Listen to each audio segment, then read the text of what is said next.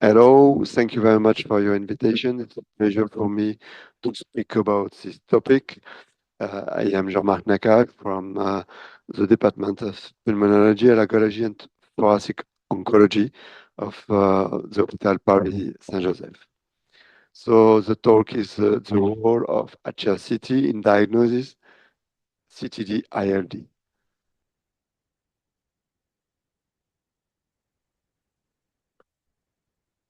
Sorry.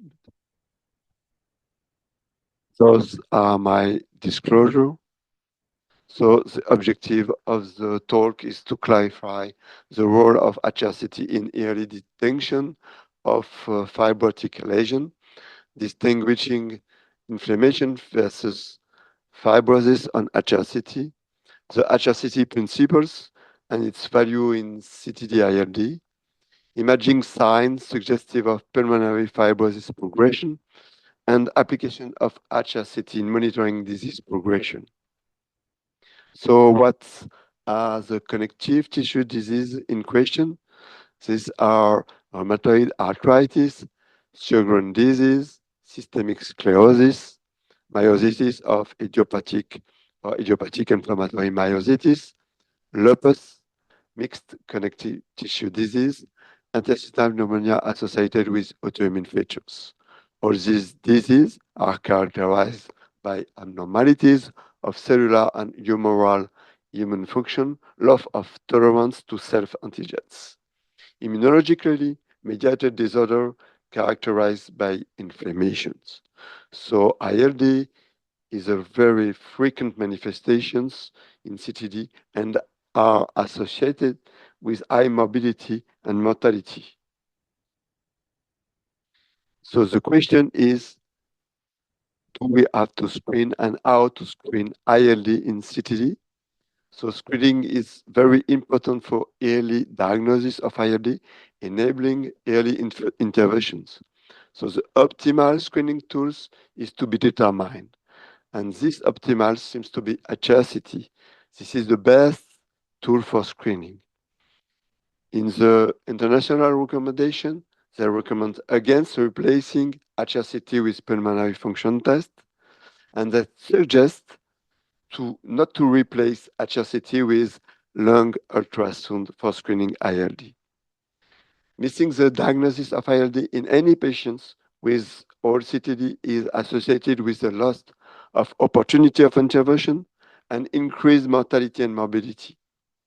Then the undesirable effects such as radiation exposure from using HRCT as considered very lower than the desirable effects of early and accurate ILD detection. So whose patients have to be screened? We recommend that all patients with systemic sclerosis and MCTD should be screened. We recommend that myositis patients with risk factors should be screened. We suggest that myositis patients without risk factors could be screened. And we suggest that all patients with rheumatoid arthritis and Sjogren disease with risk factors could be screened. You can see that in these figures. So all patients with systemic sclerosis and MCTD should be screened. Patients with myositis with risk factor should be screened. Without risk factor could be screened. And patients with RA or Sjogren disease could be screened if there are risk factor. If there is no risk factor for ILD, we don't have to screen these patients. So what are the risk factors for ILD in myositis? These risk factors are first autoantibodies, anti-synthetase syndrome, anti-MDA5, anti-RO52 antibodies.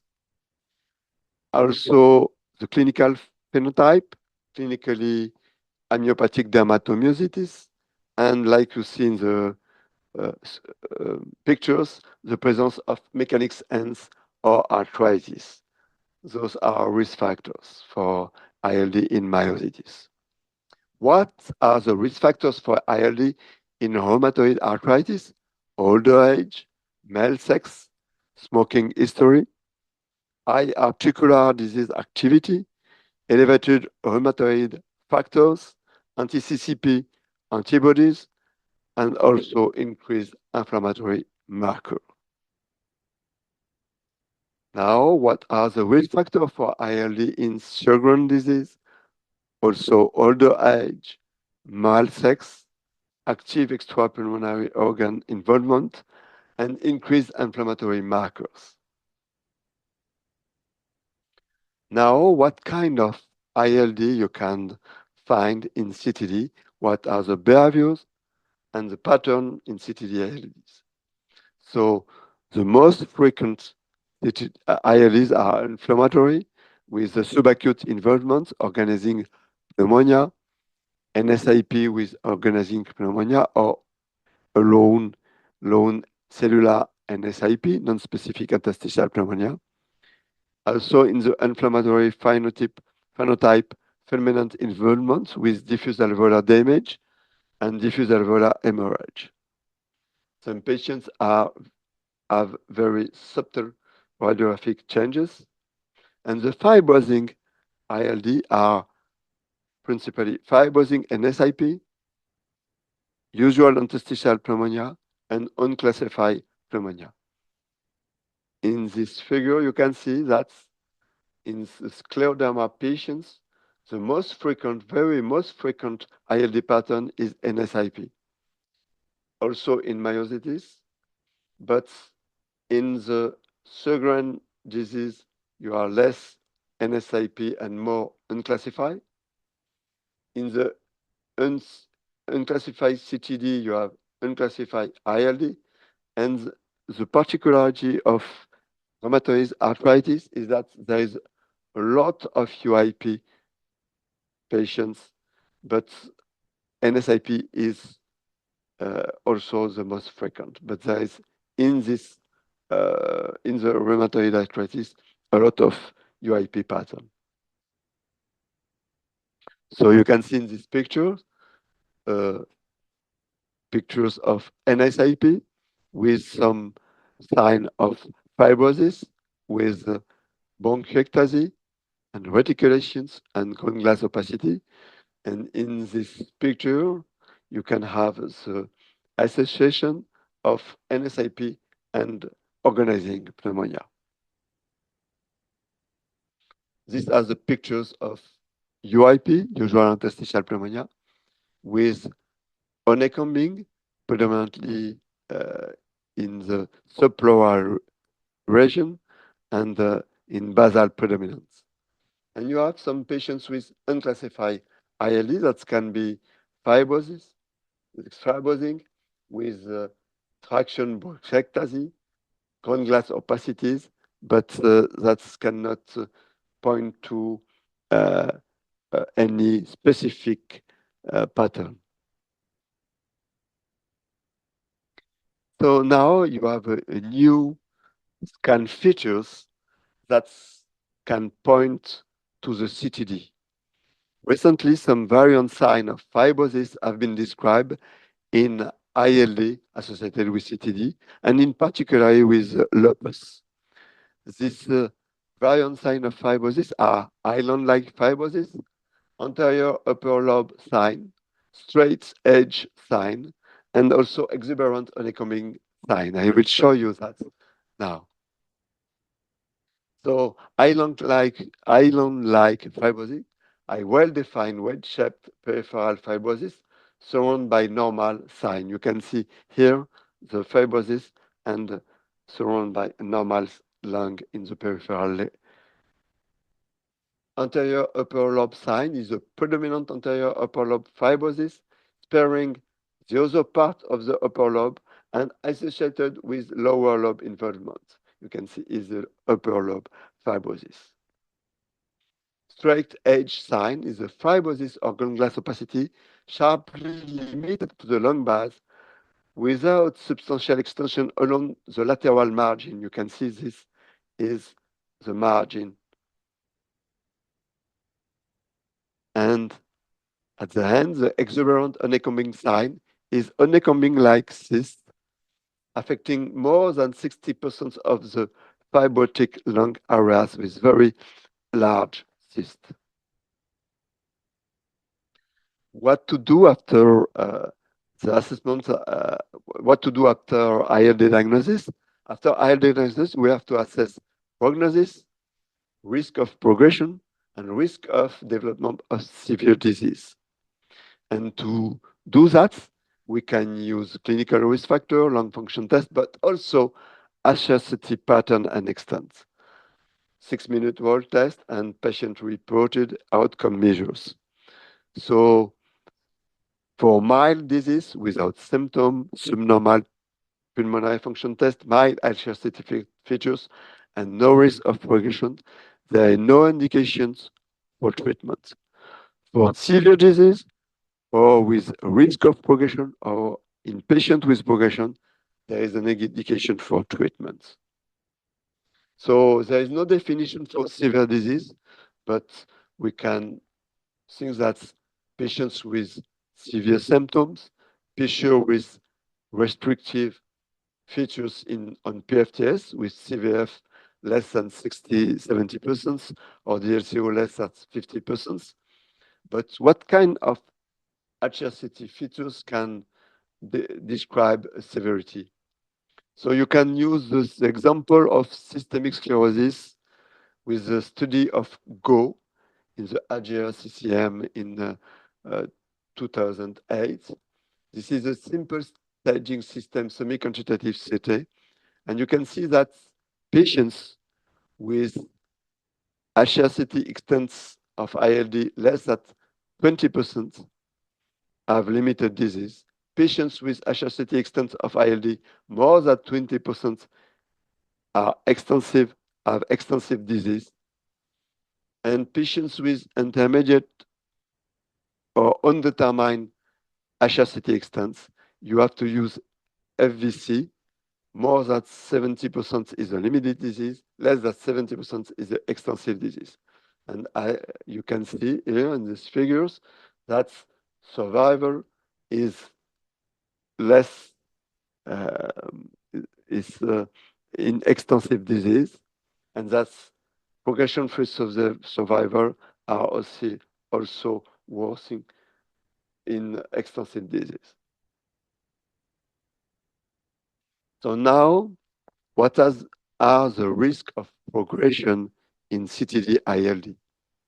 So as you can see, in systemic sclerosis, rheumatoid arthritis, myositis, the main risk of progression come from HRCT.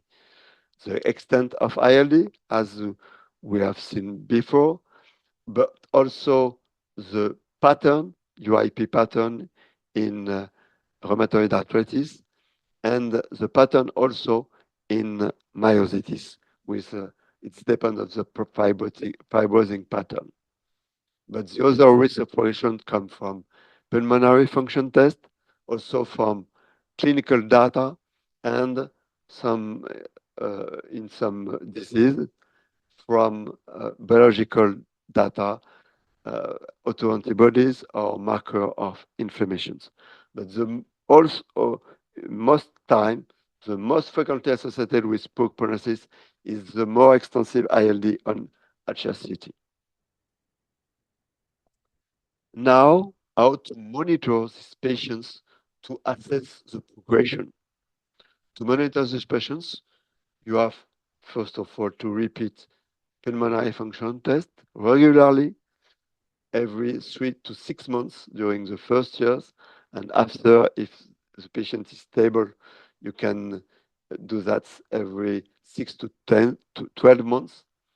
For the HRCT, you have to repeat the HRCT every 1 to 2 years in systemic sclerosis, rheumatoid arthritis, and other CTD-ILD.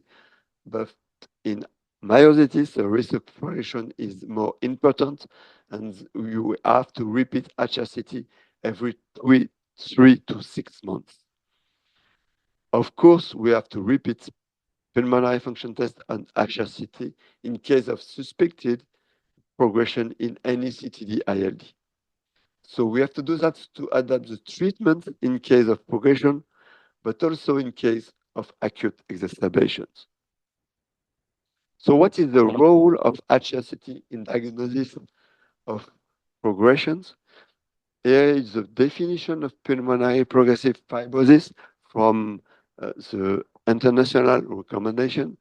And you can see the point 3, the radiological evidence of disease progression come from increased extent of or severity of traction bronchiectasis and bronchiectasis, new ground glass opacities with traction bronchiectasis, new fine reticulation, increased extent and increased clearness of reticular abnormality, new or increased honeycombing, and also increased lobar volume loss. So this point is very important to define a progression in pulmonary fibrosis. So the progression of pulmonary fibrosis is more frequent in systemic sclerosis, near 50%, also in rheumatoid arthritis, near 40%, and less frequent in MCTD, myositis, Sjogren, and other CTD. So the therapeutic options for PPF is rescue immunosuppressor therapy and nintedanib in patients who have failed standard management for fibrotic ILD.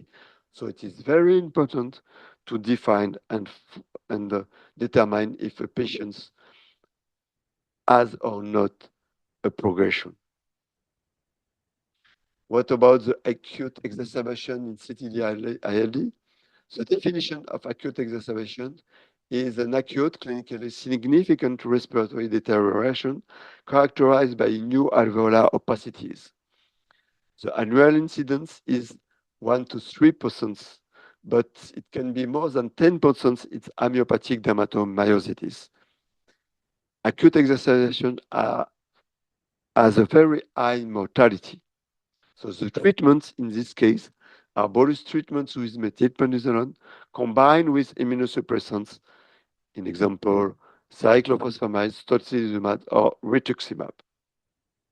So what is the role of HRCT in the diagnosis of acute exacerbations?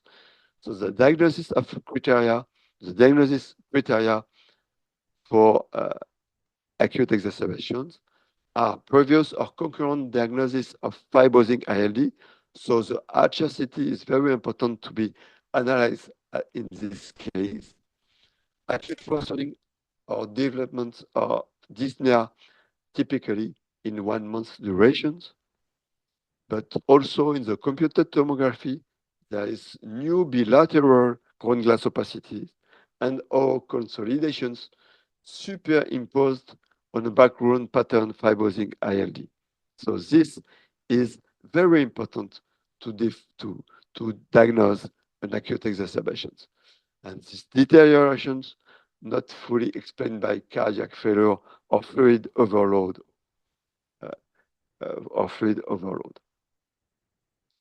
So for conclusions, HRCT is the main tool of ILD screening in CTD.